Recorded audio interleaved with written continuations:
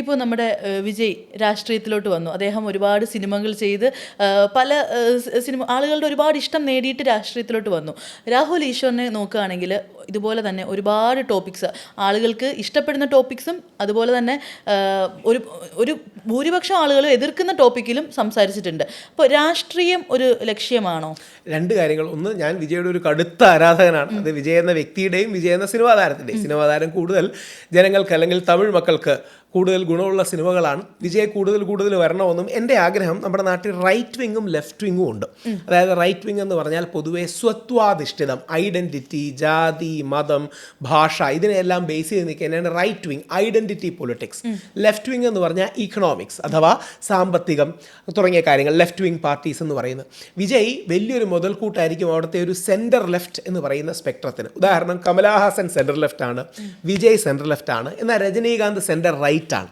അതായത് കമലഹാസൻ കൂടുതൽ കോൺഗ്രസിനോട് ചേർന്ന് നിൽക്കുന്നതും രജനീകാന്ത് കൂടുതൽ BJP-യോട് ചേർന്ന് നിൽക്കുന്ന സ്പേസാണ്. വിജയ് അതേപോലെ ഒരു സെൻട്രൽ ലെഫ്റ്റ് സ്പേസിൽ നിൽക്കുമെന്നാണ് ഇപ്പം നമ്മൾ മനസ്സിലാക്കുന്നത്. ഭാവിയിൽ മാറുമെന്നറിയില്ല. അപ്പോൾ എനിക്ക് കക്ഷി രാഷ്ട്രീയത്തിൽ താല്പര്യമില്ല, പക്ഷേ ഈ പബ്ലിക് പോളിസിയിൽ താല്പര്യമുണ്ട്. ഇത്തരം വിഷയങ്ങളിൽ ഇടപെടാൻ താല്പര്യമുണ്ട്. അത് ഏത് പാർട്ടിയാണെങ്കിലും. മുകേഷ് ഏട്ടൻ അല്ലെങ്കിൽ ശ്രീ മുകേഷ്, നമുക്കെല്ലാം ശ്രീ മുകേഷിനെയൊക്കെ കണ്ടു വളർന്നവരാണ് നമ്മൾ. ശ്രീ മുകേഷിനെതിരെ വ്യാജാരോപണം ഉണ്ടാകുമ്പോൾ ഇതേപോലെ മുകേഷിനോട് സംസാരിച്ചിട്ടുണ്ട്. അദ്ദേഹത്തിൻ്റെ മനസ്സിലെ വിഷമം ഞാൻ കണ്ടതാണ്. ഒരു ബേസും ഇല്ലാതെ വ്യാജാരോപണമാണ്. ഒരാൾ വിളിച്ച് പറയുന്നു, നിങ്ങൾ 10 ലക്ഷം 1 ലക്ഷം നമ്പർ മറന്നുപോയി, എനിക്ക് നിങ്ങൾ 10 ലക്ഷം രൂപ തരണം, ഇല്ലെങ്കിൽ നിങ്ങൾക്കെതിരെ ഞാൻ ഒരു ആരോപണം ഉന്നയിക്കും. എന്തൊരു ഗതികേടാണ്. നമുക്ക് അങ്ങനെ ഒരു കോൾ കിട്ടുന്നു എന്ന് ആലോചിച്ച് നോക്കി. ഒരാൾ എന്നെ ഫോൺ വിളിച്ചിട്ട് പറയണം, രാഹുൽ ഈശ്വർ, ഞാൻ ഇന്നയാളാണ്, എനിക്കൊരു 10 ലക്ഷം രൂപ വേണം, ഇല്ലെങ്കിൽ നിങ്ങൾക്കെതിരെ ഞാൻ ആരോപണം ഉന്നയിക്കും. ഇത് ബ്ലാക്ക് മെയിലിംഗ് അല്ലേ? അപ്പോൾ മുകേഷ് ഏട്ടൻ CPM-ൻ്റെ MLA ആണ്. ശ്രീ സുരേഷ് ഗോപി BJP-യുടെ MLA ആണ്. ഇതുപോലെ സുരേഷ് ഗോപി ഒരുപാട് ക്യാമറകൾ, 10-12 ക്യാമറകൾ ഉണ്ട്. എന്നിട്ട് ഷിത എന്ന് പറഞ്ഞൊരു മാധ്യമപ്രവർത്തകരുടെ തോളിൽ തട്ടി, എന്നെ കൊടുക്കാൻ നോക്കണ്ട, നമ്മൾ ഒരു തമാശ പറയല്ലേ, എന്നെ ട്രാപ്പ്. അത് outraging the modesty of the woman. സ്ത്രീകൾക്കെതിരെ അതെങ്ങനെയാണ് സ്ത്രീകൾക്കെതിരെ ഔട്ട്റേജിങ് ദ മോഡസ്റ്റി ആകുന്നത്? ഇത്രയും 12 ക്യാമറകളുടെ ഫ്രണ്ട് വെച്ചാണ് ഒരാൾ ഔട്ട്റേജിങ് മോഡസ്റ്റി ഉണ്ടാകുന്നത്. ഒരാൾ തമാശയ്ക്ക് എന്നെ കൊടുക്കാൻ നോക്കണം. അപ്പം ഇത് ആരെയും ട്രാപ്പ് ചെയ്യാനുള്ള സാധനമാണ്. അപ്പം ഇത്തരം കാര്യങ്ങളിൽ നിലപാടെടുത്ത് കക്ഷി രാഷ്ട്രീയത്തിന് അതീതമായി കോൺഗ്രസ് ആണെങ്കിലും BJP ആണെങ്കിലും CPM ആണെങ്കിലും രാഷ്ട്രീയത്തിന് അതീതമായി എടുക്കേണ്ട നിലപാടുകളിൽ സ്വാധീനം ചെലുത്തുന്ന ഒരു ശക്തിയായി നിൽക്കണമെന്നുള്ളതാണ് എൻ്റെ ആഗ്രഹം. ഒരു ചീഫ് മിനിസ്റ്റർ ഫ്യൂച്ചറിൽ എപ്പോഴെങ്കിലും ആകാനായി ഒരു അവസരം കിട്ടി എന്തൊക്കെ മാറ്റങ്ങൾ വരുത്താനാണ് ആഗ്രഹം? 2-3 മാറ്റങ്ങൾ. ഒന്ന്, ശക്തമായൊരു പുരുഷ കമ്മീഷൻ നമ്മുടെ നാട്ടിൽ ആവശ്യമാണ്. കാര്യം 50% പുരുഷന്മാരുമാണ്. അതുകൊണ്ട് 100% അത്തരം കാര്യങ്ങളിൽ ഒരു കാര്യം കൊണ്ടുവരും. 2, ഓൾറെഡി തന്നെ ഞാൻ യുവജന കമ്മീഷൻ്റെ യൂത്ത് ഡിഫൻസ് ഫോഴ്സിൻ്റെ സ്റ്റേറ്റ് കോർഡിനേറ്റർ ആയിരുന്നു. കേരള ഗവൺമെൻറ്റിൻ്റെ ഒരു ലൈനാണ്, യൂത്ത് കമ്മീഷൻ്റെ ഭാഗമാണ്. നിർബന്ധമായിട്ട് മാരിറ്റൽ എഡ്യൂക്കേഷൻ നമ്മുടെ നാട്ടിൽ കൊണ്ടുവരും. നമ്മുടെ നാട്ടിൽ ആൺകുട്ടിയും പെൺകുട്ടിയും സ്കൂൾ പ്രായം മുതൽ കോളേജ് പ്രായം മുതൽ അതിന് ശേഷവും പരസ്പരം ഇഷ്ടവും ആകർഷണവും കല്യാണവും പ്രണയവും ലൈംഗികതയും ഒക്കെ ഉണ്ടാകുന്നത് സ്വാഭാവികമാണ്. അത് പ്രകൃതിയുടെ നിയമമാണ്. പക്ഷേ കേട്ടിട്ടുണ്ടോയെന്നറിയില്ല Noorjahan, men are from Mars, woman are from Venus എന്നൊരു പുസ്തകമുണ്ട്. ഡോക്ടർ ജോൺ ഗ്രേ എഴുതിയ പുസ്തകമാണ്. റിലേഷൻഷിപ്പിൻ്റെ ബൈബിൾ എന്ന് വിളിക്കുന്ന പുസ്തകമാണ്. നിർബന്ധമായിട്ടും ഈ മാരിറ്റൽ എഡ്യൂക്കേഷൻ, റിലേഷൻഷിപ്പ് എഡ്യൂക്കേഷൻ കേരളത്തിൽ നടപ്പാക്കും.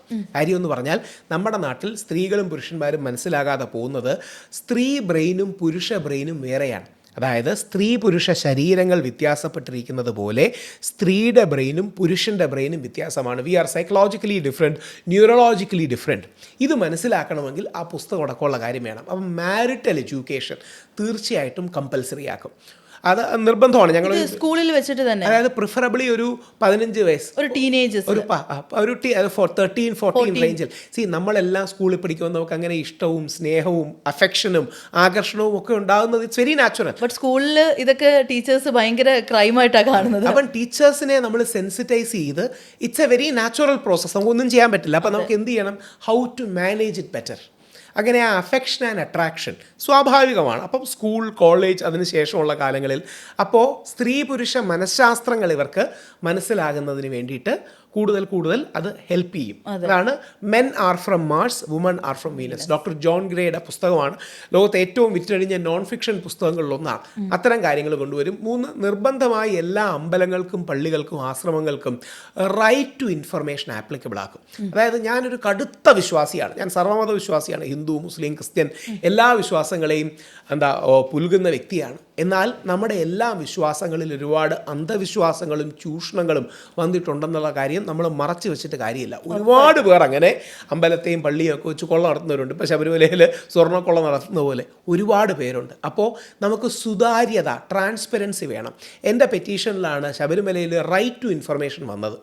എല്ലാ അമ്പലങ്ങൾക്കും പള്ളികൾക്കും ആശ്രമങ്ങൾക്കും റൈറ്റ് ടു ഇൻഫർമേഷൻ ആപ്ലിക്കബിൾ ആകും. ഈ കാശ് എങ്ങനെ ചെലവാക്കപ്പെടുന്നു എന്ന് നമുക്കറിയാൻ, വിശ്വാസികൾക്കറിയാൻ ഒരു റൈറ്റ് ഉണ്ട്. അങ്ങനെ ഒരു റൈറ്റ് ടു ഇൻഫർമേഷൻ അവിടെ ആപ്ലിക്കബിൾ ആക്കും. അങ്ങനെ കുറച്ച് ഘടനാപരമായ പബ്ലിക് പോളിസി ചേഞ്ചസ് ആണ് ഞാൻ ആഗ്രഹിക്കുന്നത്. അതെ, ബട്ട് സ്റ്റിൽ നമ്മൾ നോക്കുകയാണെങ്കിൽ ഇപ്പോഴും നമ്മുടെ ഈ PK മൂവിയിലൊക്കെ കാണുന്ന പോലെ തന്നെ നമ്മുടെ കേരളത്തിൽ അതിപ്പം എത്രത്തോളം ഉണ്ടെന്ന് എനിക്കറിയില്ല. ബട്ട് ഇന്ത്യയിൽ തന്നെ പല സംസ്ഥാനങ്ങളിലും ഒരു കല്ലും അതിന് മുകളിൽ ഒരു ചുമന്ന തുണിയും താഴെ കുറച്ച് 5 രൂപ ഇത് എന്താ അറിയാമോ, ഇത് ഒരുപാട് പേര് രണ്ടർത്ഥത്തിലാണ് ചൂഷണം ചെയ്യുന്നത്. ഒന്ന് സാമ്പത്തികമായി, രണ്ട് സാമുദായികമായി.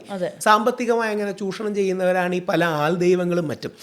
ആൾ ദൈവങ്ങൾ വേറെ, ആത്മീയ ഗുരുക്കന്മാർ വേണം. ഞാൻ വിവേകാനന്ദ സ്വാമിയുടെയും മഹാത്മാഗാന്ധിയുടെയും ഒക്കെ ഒരു എന്താ പറയുക ആരാധകനാണ്, ശിഷ്യ രീതിയിൽ എന്തായാലും അവരെ ഗുരുക്കന്മാരായി കാണുന്നവരാണ്. പക്ഷേ നമുക്ക് ഈ ഫ്രോഡുകളായ നിത്യാനന്ദ അടക്കമുള്ള ആൾക്കാരുമുണ്ട്. നിത്യാനന്ദ എന്ന ഒരു വ്യക്തി, അദ്ദേഹമാണ് രഞ്ജിനി എന്ന സിനിമാ നടിയോടൊപ്പം മറ്റേ വിഷ്വൽ ക്ലിപ്പിലൊക്കെ വന്നത്. ആ വിഷ്വൽ ക്ലിപ്പിൽ വന്ന അവരുടെ കാര്യം. പക്ഷേ നിത്യാനന്ദ പല സ്പീച്ചിലും പറയുന്നത് ഞാൻ എണീക്കാൻ താമസിച്ചുകൊണ്ട് സൂര്യൻ ഉദിക്കാൻ താമസിച്ചു എന്നൊക്കെയാണ്. താഴെ ഇരിക്കുന്നവർ ഇത് കേട്ട് കൈയടിക്കാറുണ്ട്.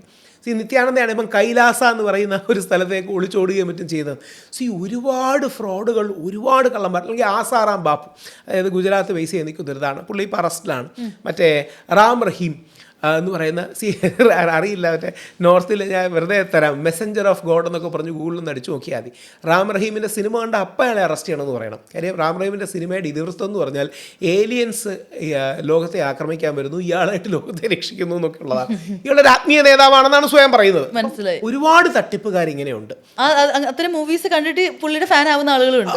അതാണ് അതിൻ്റെ ഏറ്റവും വലിയ അത്തരം മൂവീസ് കണ്ടിട്ട് പുള്ളിയുടെ ഫാൻ ആവുന്നവരുമുണ്ട്. നമ്മൾ സന്തോഷ് പണ്ഡിറ്റിൻ്റെ മൂവി കണ്ടാൽ ചിരിച്ച് കളിച്ച് രസിച്ചു പോകും. സന്തോഷ് പണ്ഡിറ്റ് എനിക്ക് ഇഷ്ടമാണ്, എനിക്ക് വ്യക്തിപരമായിട്ട് അറിയാം, ഞങ്ങൾ മലയാളി ഒരുമിച്ചായിരുന്നു. പക്ഷേ ഇതേപോലുള്ള, അതായത് നമ്മുടെ റാം റഹീമിനെ പോലുള്ള ഗജ ഫ്രോഡുകൾ ഉണ്ട് നമ്മുടെ നാട്ടിൽ നിന്നുള്ളതൊരു റിയാലിറ്റിയാണ്. അപ്പോൾ അത്തരക്കാരെ ചെക്ക് ചെയ്യാൻ അല്ലെങ്കിൽ ട്രാൻസ്പെറൻസി ഉണ്ടാകാൻ നല്ല ആത്മീയ ഗുരുക്കന്മാരെ എല്ലാം എനിക്ക് ആദരവാണ്. അവരെ എല്ലാം ആദരവും വ്യക്തിപരവും അറിയുന്നതാണ്. ശ്രീ രവിശങ്കർജിയെ, മാതാ അമൃതാനന്ദ ദേവിയെ, സദ്ഗുരു ജഗ്ഗി വാസുദേവനെ എല്ലാവരെയും ബഹുമാനമാണ്. പക്ഷേ റാം റഹീമിനെ പോലുള്ളവരുണ്ട്, ആസാറാം ബാപ്പുവിനെ ബാപ്പു എന്ന് പോലും വിളിച്ചുകൂടാ, ആസാറാമിനെ പോലുള്ളവരുണ്ട്. പിന്നെ ഇവൻ നമ്മുടെ നാട്ടിൽ ഉണ്ണികൃഷ്ണനെ പോലുണ്ട്. ഇപ്പം പലരും ഉണ്ണികൃഷ്ണൻ പോറ്റി എന്ന് പറയുമ്പോൾ ഞാൻ പറയും ഉണ്ണികൃഷ്ണൻ എന്ന് വിളിച്ചാൽ മതി, പോറ്റി എന്ന് വിളിക്കേണ്ട. കാര്യം പോറ്റി ഒരുപാട് ബ്രാഹ്മണർക്കുള്ള ഒരു പേരാണ്. ഉണ്ണികൃഷ്ണന്മാരുണ്ട്. അപ്പം ഇവരെ ഈ സീതയെ തട്ടിക്കൊണ്ടു പോകാൻ രാവണൻ വന്നതുപോലും കാവ്യവേഷം ധരിച്ചാണ്. അങ്ങനെ കാവ്യം എടുത്ത ഒരുപാട് കള്ളന്മാരുണ്ട്. ഇത് സാമ്പത്തികമായി ചൂഷണം ചെയ്യുന്നത്. രണ്ട്, ഇതിനെ വർഗീയമായിട്ട് സാമുദായിക സ്പർദ്ധ ഉണ്ടാക്കാൻ ഒരുപാട് ആൾക്കാർ ശ്രമിക്കാറുണ്ട്. അങ്ങനെയാണ് ഈ കാണുന്ന എല്ലാ പള്ളിയുടെയും താഴെ പോയി ശിവലിംഗം ഉണ്ടെന്ന് പറയുന്ന ഒരുപാട് ആൾക്കാരുള്ളത്. നിങ്ങൾ സിനിമ കൂടെ ആയതുകൊണ്ട് പരേഷ് റാവൽ വലിയ നടനാണ്, എനിക്കിഷ്ടമാണ്. പരേഷ് റാവലിൻ്റെ പുതിയൊരു സിനിമയുണ്ട്, താജ്മഹലിൻ്റെ താഴെ അമ്പലമായിരുന്നു എന്ന് പറഞ്ഞു. എന്ത് തരം ഭ്രാന്താണിത്? താജ്മഹൽ ഇന്ത്യയുടെ അഭിമാനമാണ്. ഇന്ത്യക്ക് ലോകത്തിൽ ഉയർത്തി കാണിക്കാൻ കഴിയുന്ന വളരെ കുറച്ച് കാര്യങ്ങളിലൊന്നാണ് താജ്മഹൽ. 7 വണ്ടേഴ്സിൽ നമുക്ക് താജ്മഹൽ മാത്രമേ ഉള്ളൂ. ആ താജ്മഹലിൻ്റെ ഉള്ളിൽ ശിവലിംഗമാണെന്നൊക്കെ പറയുന്നത് എന്ത് തരം ഭ്രാന്താണ് നമ്മുടെ ചില ആൾക്കാർക്കെന്നുള്ള. അപ്പോൾ ഇതൊരു പ്രൊപ്പഗാൻഡയാണ്. ഞാൻ യൂട്യൂബിൽ കണ്ടിട്ടുണ്ടായിരുന്നു. ഇത് മനഃപൂർവ്വം ഇവിടെ ഒരു കലാപം ഉണ്ടാക്കാൻ വേണ്ടിയിട്ട് ഹിന്ദുത്വ തീവ്രവാദികൾ, അവർ ഹിന്ദുക്കളല്ല, ഹിന്ദുത്വ തീവ്രവാദികളാണെന്ന് പറയുന്നത്. ഇവർക്ക് ഹിന്ദുക്കളോട് യാതൊരു മമതയില്ല. ഇത് ബോധപൂർവം ഒരു പ്രശ്നം ഉണ്ടാക്കാൻ വേണ്ടി പറയുന്നതാണ്. അതായത് മൂവി റിലീസ് ചെയ്യുമ്പം കുറച്ച് കോൺട്രവേഴ്സി ഉണ്ടെങ്കിൽ നല്ലതാണ്. കാര്യം ഐബോൾസ് ഗ്രാബ് ചെയ്യും, തർക്കം ഉണ്ടാകും. അത് ആ മൂവിക്ക് ആത്യന്തികമായി പോസിറ്റീവായിട്ട് ഗുണം ചെയ്യും. അറിയാമല്ലോ, നമ്മുടെ പല മൂവീസും അങ്ങനെ കോൺട്രവേഴ്സി കാരണം കിക്കപ്പ് ചെയ്തിട്ടുണ്ട്. ഇത് അതേപോലെ ഉണ്ടാക്കാൻ വേണ്ടി താജ്മഹലിൻ്റെ മകുടത്തിൻ്റെ ഉള്ളിലൂടെ ശിവൻ വരുന്നു. ഇത് പരമശിവനെ അപമാനിക്കുന്നതാണ്, താജ്മഹലിനെ അപമാനിക്കുന്നത്. ഇത് തേജോ മഹാലയാണെന്നൊക്കെ പറയുന്നത് ഉളുപ്പില്ലാത്ത കള്ളങ്ങളാണ്. അങ്ങനെ അതൊരു ഏതെങ്കിലും ഒരു ഫ്രിഞ്ച് ആൾ പറഞ്ഞാൽ കുഴപ്പമില്ല. പരേഷ് റാവൽ അറിയപ്പെടുന്നൊരു നടനാണ്, മുൻ MP ആയിരുന്നു അദ്ദേഹം. എനിക്ക് തോന്നുന്നു അഹമ്മദാബാദിലെ BJP MP ആയിരുന്നു. അപ്പോൾ അദ്ദേഹത്തെ പോലുള്ളവരൊന്നും അങ്ങനെയുള്ളതിന് തലവെച്ച് കൊടുക്കരുത്. അതൊക്കെ ഒരു ചീപ്പ് പ്രൊപ്പഗാൻഡയാണ്. അത് വളരെ വൾഗറായ പ്രൊപ്പഗാൻഡയാണ്. അപ്പോൾ അതിനുവേണ്ടി നമ്മൾ വെച്ച് കൊടുക്കരുത് എന്നുള്ളതാണ് എൻ്റെ സത്യം. ഈ താജ്മഹലിൽ ഈ റീസെൻറ്റ് ഡേയ്സിൽ അറ്റകുറ്റപ്പണികൾക്കായി കുറച്ച് ദിവസം അടച്ചിടുന്നു എന്നൊക്കെ പറഞ്ഞ് ന്യൂസ് വന്നപ്പോഴേക്ക് അതിനടിയിലും വന്ന കമൻസാണ്, ഇനിയിപ്പോൾ അവിടെ ഇവർ പുതിയതായിട്ട് ഒരു ശിവലിംഗം കാണും, പിന്നെ ബാബരി മസ്ജിദിന് സംഭവിച്ച പോലെ തന്നെ ആകുന്നു. ഈ പല ആൾക്കാരും ഈ കോൺസ്പിറസി തിയറീസിൽ പെട്ടുപോകും. ഈ എങ്ങനെ വിശ്വസിക്കുന്ന രണ്ട് സുഹൃത്തുക്കൾ എനിക്കുണ്ട്. താജ്മഹലിനെ അടച്ചിട്ട 20 മുറികളിൽ എന്താണെന്ന് നിനക്ക് അറിയാവുന്ന ചോദിച്ചു. ഞാൻ പറഞ്ഞു സ്പേസ് ആയിരിക്കും, വേറെ എന്താണ് ആ മുറികൾ. ഞാൻ ചോദിച്ചു അപ്പോൾ എന്നിട്ട് അവർ പറയുന്ന കൗതുകം എന്താ അറിയോ, അത് തുറക്കട്ടെ, തുറന്നാലല്ലേ നമുക്ക് അറിയാൻ പറ്റൂ. അപ്പോൾ ഞാൻ പറഞ്ഞു തെളിവുണ്ടെങ്കിലല്ലേ തുറക്കാവൂ. ഇതൊരു ലൂപ്പാണ്. അതായത് മനഃപൂർവ്വം ഒരു ഉള്ളിലെ ആത്മീയ ദാരിദ്ര്യത്തിൽ നിന്ന് വരുന്നതാണ്. ഈ ഇല്ലാത്ത കാര്യങ്ങളുടെ പുറകെ പോയി എന്താ പറയുക അതുണ്ടെന്ന് പറയാനും. ഇനി നമ്മുടെ ഇന്ത്യൻ ഗവൺമെൻറ് ഔദ്യോഗികമായിട്ട് ഇത് അന്വേഷിച്ച് ഇപ്പോൾ ഇരിക്കുന്ന ഭരണത്തിൽ പ്രധാനമന്ത്രിയുടെ മോദിക്ക് കീഴെ താജ്മഹൽ അമ്പലമായിരുന്നില്ല എന്നും താജ്മഹലിൻ്റെ ഉള്ളിൽ വേറൊന്നും ഇല്ല എന്ന് ഒഫീഷ്യലി നിലപാട് ലോകസഭയിൽ പറഞ്ഞിട്ടുണ്ട്. പക്ഷേ ചില ആൾക്കാർക്ക് ഈ എന്താ പറയുക അതൊരു അപ്പോൾ സ്പർദ്ധ ഉണ്ടാകും, അറ്റൻഷൻ ഉണ്ടാകും. ഈ വിഷയമാണ് ഇപ്പം കേരള സ്റ്റോറി അടക്കമുള്ള മൂവീസ്. അതാണ് കേരള സ്റ്റോറി. 3 പേരുടെ ജീവിതകഥ 32,000 പേരുടെ കള്ളക്കഥയാക്കി പറയുന്നിടത്താണ് പ്രശ്നം. അതായത് നോർത്ത് ഇന്ത്യയിലെ ചില സുഹൃത്തുക്കൾ ഇതൊക്കെ വിശ്വസിക്കുമെന്നുള്ളതാണ്. ഡൽഹിയിലൊക്കെ നമ്മൾ ചെല്ലുമ്പോൾ ചില ആൾക്കാർ കേരളത്തിൽ ഭയങ്കര, ഞാൻ പറഞ്ഞു ഒരു പ്രശ്നവുമില്ല, ഇന്ത്യയിൽ ഏറ്റവും നന്നായി പോകുന്ന സ്ഥലമാണ് കേരളം. കേരളത്തിൽ വന്നാൽ എല്ലാവരും വളരെ സന്തോഷത്തോടെ സൗഹാർദ്ദത്തോടെ സാഹോദര്യത്തോടെ ജീവിക്കുന്നൊരു സ്ഥലമാണ്. ഇത് അവിടുത്തെ പാവങ്ങളെ പറ്റിക്കലാണ്. അവിടുത്തെ സാധാരണ അബ്സല്യൂട്ട് പ്രൊപ്പഗാൻഡയല്ലേ. എന്നിട്ട് ആ പ്രൊപ്പഗാൻഡ മൂവികൾക്ക് അവാർഡ് കൊടുക്കും. അബ്സല്യൂട്ട് പ്രൊപ്പഗാൻഡയാണ്. സിനിമയ്ക്ക് കുറച്ച് ഫിക്ഷണലൈസ് ചെയ്യാം, കുറച്ച് ഡ്രമാറ്റൈസ് ചെയ്യാം, അത് സ്വാഭാവികമാണ്. 10 എന്നുള്ളത് 100 കാണിച്ചാൽ കുഴപ്പമില്ല. പക്ഷേ 10 എന്നുള്ളത് 1,00,000 എന്ന് കാണിച്ചാൽ എങ്ങനെയാണ് ശരിയാകുക? ഇത് ഈ 3 കുട്ടികളുടെ കഥ 32,000 പേരുടെ കള്ളക്കഥയായിട്ട് അവതരിപ്പിക്കുമ്പോഴാണ് യഥാർത്ഥത്തിൽ പ്രശ്നം ഉണ്ടാകുന്നത്. അപ്പോൾ ഇത് ക്ലാസിക് പ്രൊപ്പഗാൻഡ മെറ്റീരിയലാണ്, അതും വൾഗർ പ്രൊപ്പഗാൻഡ മെറ്റീരിയലാണ്. അത്തരം കാര്യങ്ങളെ നമ്മുടെ പൊതുസമൂഹം തള്ളിക്കളയണം.